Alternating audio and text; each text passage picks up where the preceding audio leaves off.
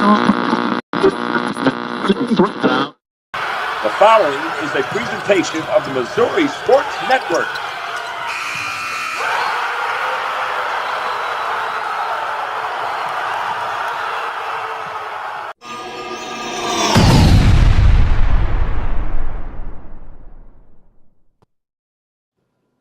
Hey, welcome back to High School Game Day here on the Missouri Sports Network. And I'm not sure why the camera's still turned, but that's, I don't know, Coach. That's weird. It automatically flipped. I don't know, but we'll.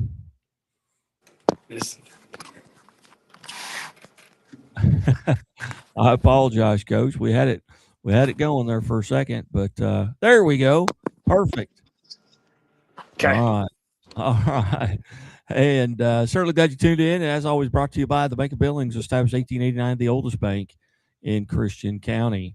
And we go north to Tipton High School. We welcome in the Tipton Lady Cardinals and head coach Jason Culpepper. Coach Culpepper, hey, thanks for your time today. Yeah, thanks for having us on. Really excited to join you. Well, Coach, we have a rule here at the Missouri Sports Network that to officially become a friend of the show, you have to make 3 appearances. Well, you and Miss Carvajal have done that, so now it's up to the one in the middle there to make sure that she can make 2 more appearances. But welcome into the 23rd, officially the 23rd friend of the show here. But Coach, off to a good start. You're about 80%, maybe even a little bit more through your season here at 15-7. Kind of tell us from your standpoint how the season's going. I think the girls have done really well this year. We really challenged them this year with our schedule to this point. We've played 3 nationally ranked teams this year. Played a lot of different schools from different states that are state champions in their respective classes at their state.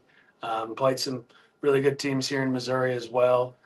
So a lot of years we usually roll into this time of a year with 1 loss, 2 loss, 3 losses.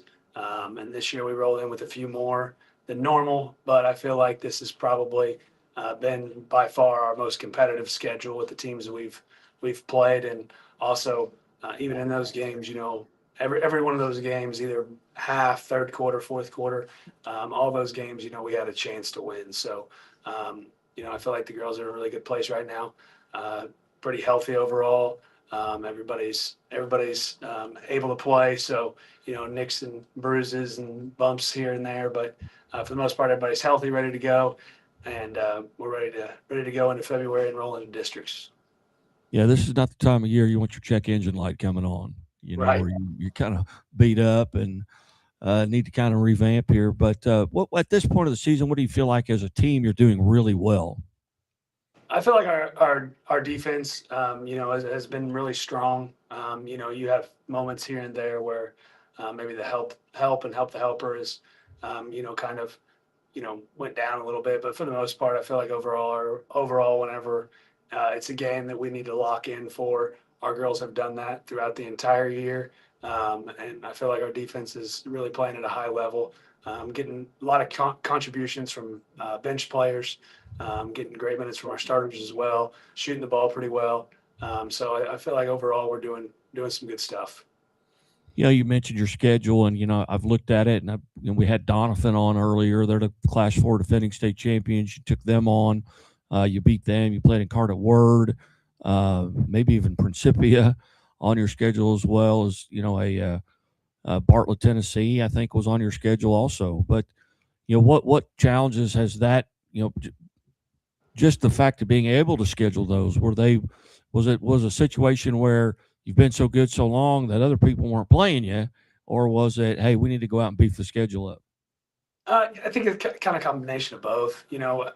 As you continue to have success over a long period of time, you have schools that don't want to match up, don't want to play, don't want to get beat, but also I feel like every year for the last 6 years we've tried to continuously beef up our schedule. And this year in particular, we had everybody besides one returning off of last year's team, and we felt like we had a couple freshmen and a junior that was returning that would be able to make this year our best team. So we felt like we wanted to, give them that challenge. But also, it's teams we played throughout the summer over the last several years, teams that we've built relationships with, and competition that we've played throughout the summer, and just trying to continue that and make sure that during the season those games are just as good and just as competitive as the ones in the summer, because you can feel the difference as a player whenever you're getting ready to play against a Bartlett versus playing against somebody that maybe doesn't have a chance. So it kind of simulates more of that Final Four atmosphere every single one of those games. So I feel like it's only going to do nothing but prepare them more for those type of atmospheres. So I think just kind of combination of both. Just we've been pretty good for a long time, so you lose some of those teams that want to play you, and then also just wanting to make sure that we give our girls the great experience, but also beefed up schedule that they are good enough to handle. 4 games remaining in your season, but 2 of them, you got Centralia who's 19-3. They're awfully good. And then Yep. you finish up at St. Teresa's Academy. That's kind of a good way to go into district, because there won't be anybody in your district, I don't believe, that's as good as either of those 2 teams. Right. Yeah. That last week of the season, we start out on Monday with a conference opponent in Russellville, and then we go Wednesday, then we go Friday, which is exactly how our postseason kind of lays out for districts this year. So last year we tried to simulate more Saturday games because of districts and postseason. So we tried to do that last week where we'd play a really good opponent on Wednesday and a really good opponent again on Friday to kind of set that mindset of that's how it's going to be, whether you're in school or out of school. But this year we are in school, so it kind of prepares them for those type of games, and gives them good practice to be in the right mental state against those teams. But Centralia is a really good team. We were fortunate enough to play them at the Grade A tournament up at Jeff City over Christmas break, and had a nice comeback win against them. And hopefully whenever we play them this time, we won't have to make a comeback win. We can just finish it from first through fourth quarters. And then St. Teresa's is a really good Class 5 school. Went to the Final Four last year, have a really good point guard. So they both present different challenges, but good opportunities for us to continue to get better. Very good. Well, you've got a couple of young ladies there beside you. Start where you'd like and introduce her, and we'll visit with her. Okay. Right next to me, I have Claire Williams, senior guard. And next to her, we have Maddie Carvajal, and senior guard as well. Both really good players, a lot of success over their careers, and I'm really going to miss them next year. All right, we'll start with Claire. Claire, how are you today? I'm good. All right. Tell us a little bit about your guard, but tell us what kind of your roles and responsibilities on the team are. I feel like just be a good leader for the younger ones, and as a guard, just make sure my team's ready for whatever challenge we have ahead. Well, as you look back on this season, and Coach has talked about the schedule, being a lot tougher, coming into this season, and I do this just based on the virtue of what I do. I look at games. I want to, hey, I want to be at this game, or I want to watch this game. Do you, as a player, go through your schedule and kind of make mental check marks by games that you're looking forward to, and maybe what were some of those games? Yeah, we had a lot of those games this year. Like, I always look forward to playing games where there's multiple D1 players, just to see where you match up as a team and individual against that player. So, like, Incarnate Word, or the first couple games against Dowling, or I don't know who Owensboro. Yeah. West Plains. Yeah. So there's a lot of them this year. So just kind of took it one game at a time. Is there a game this year you'd like to go back and play again? Maybe you had a tremendous game. Incarnate Word. You'd like to go back and play that again? Yep. All right. That's one that got away from you, but you'd like to try that again. I would. All right. Tell us a little bit, Claire, about what you do to kind of get prepared on game day. Let's say you're playing tonight now, and you got Lynn, so preparation may be different based on who you're playing. But what are you doing throughout the day to kind of get mentally and physically prepared for a game? Well, like when we have school, I have weights class, so try and get my body moving. That way I'm not just sitting around all day. And then I just try and get my mind in the right mindset for the game just all throughout the day. She watches a lot of film too. Watch a lot of film. All right. No, that's good. About everybody I've talked to, they're watching film. I don't know if all the other classroom teachers are okay with that, but they enjoy it. But do you have any like superstitions, like the meal the night before? Do you have to eat the same thing? Do you have to have the same breakfast? Do you have to go through the same routine pregame? No, I don't. The only thing I do before every game, and I make sure I do, is I pray, but I don't have to eat anything certain. All right. In pregame, when you're warming up, a lot of times, and I've talked to pitchers in baseball that, they're warming up pregame and they feel like, okay, nobody's going to hit me today. Do you, in basketball, it's like, man, I'm hitting every shot in pregame. Do you have games like that during pregame where you feel like, man, I can't miss? Yeah, I do. Yeah. Very Sometimes it goes the opposite way for her, though. Sometimes she's like, I couldn't miss in pregame. good. I can't hit a shot. Yeah. I mean, I think that, and then sometimes it'll go north and sometimes it'll go south. Yeah, there's a lot of times when I was playing where if I had a bad pregame, I knew I was going to be okay. But if I had a good pregame, it was okay. You may have to like bench me. But you're a senior. What decision, if any, have you made as far as next year? I'm going to Lincoln University and playing basketball there with them. Outstanding. Well, what led to that? Well, I always wanted to play basketball in college when I was younger, and my goal was to play Division II. I knew it wasn't quite tall enough for Division I, so I just set a goal a long time ago, and then I set little goals to reach that goal. That's awesome. Any particular area of study that you're looking at, or have you decided that? I want to be a physical therapist. Oh, okay. Is there a background? Do you have someone in your family, or? I hurt my knee a little bit ago, so then I had to do physical therapy, and I liked what they did, and it just interested me. Yeah. Was that in season, or when was that injury? It was actually during track. I did 100-meter hurdles, 300-meter hurdles, and long jumps, so wasn't too good on the knees. Okay. She actually broke her kneecap. Yeah. Wow. It still broke. Okay. Would you hit it on a hurdle? I don't actually know what happened. It's just I looked at my patella and it was really big, and so I let it go one year, and then the next year it came back and was inflamed even more. So then I had to get it X-rayed and MRI'd, and so my patella is just not put together. Okay. All right. Just kind of some fun questions here. What is your least favorite chore to do at home? Cooking, because I'm not good at cooking. Okay. All right. What's your favorite drill at practice? Arkansas. Do you have a least favorite drill? No. Mr. Woodruff, Okay. can you That's please send good. Georgia to the office?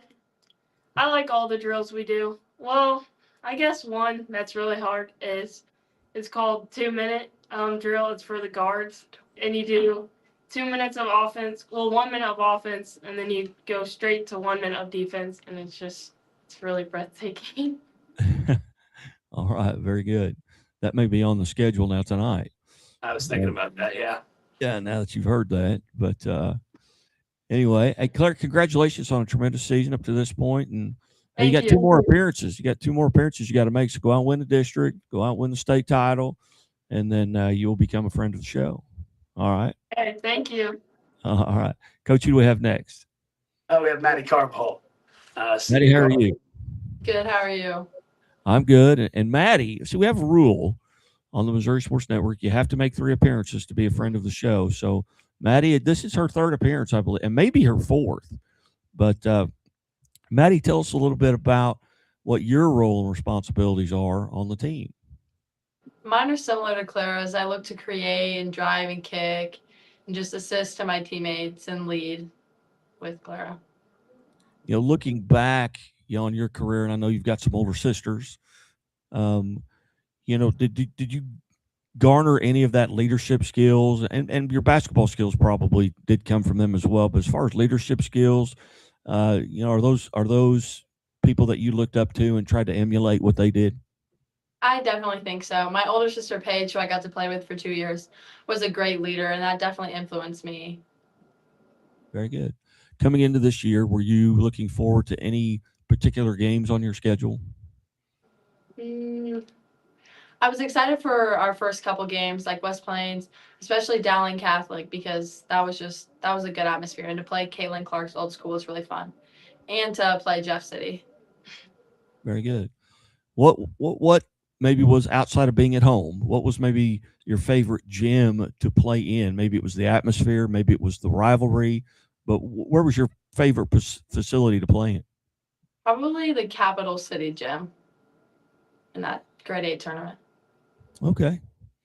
All right. Now, also being a senior, have you made any decisions as far as next year? I'm not playing basketball, but I'm going to go to State Fair to study radiologic science. Is there a background there? Friends or family? No, it just interests me, and I've had a lot of x-rays, so.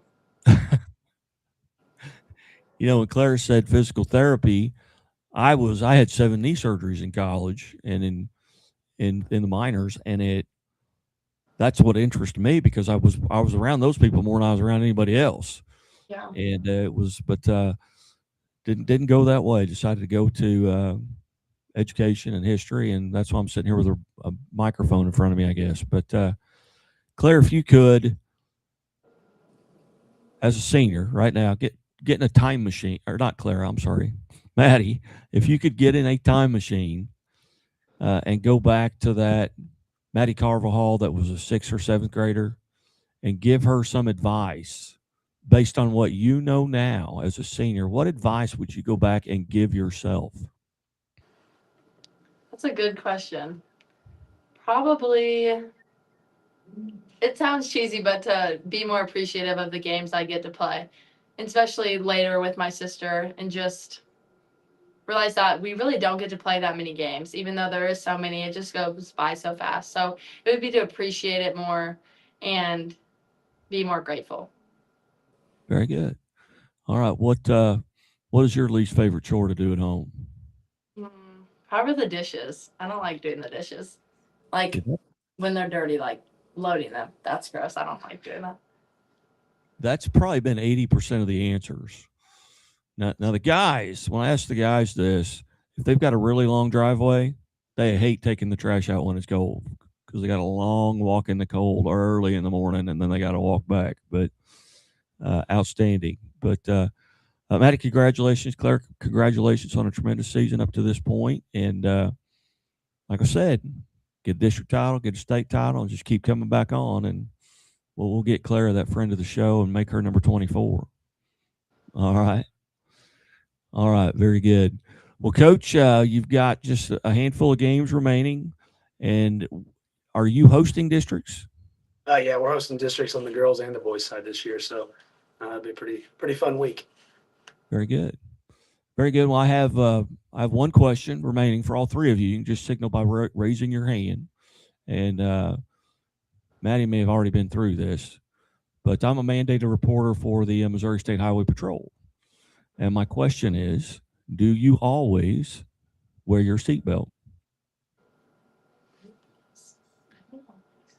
Uh-oh. Okay. I was going to say the Highway Patrol watches these, so they'll track you down. So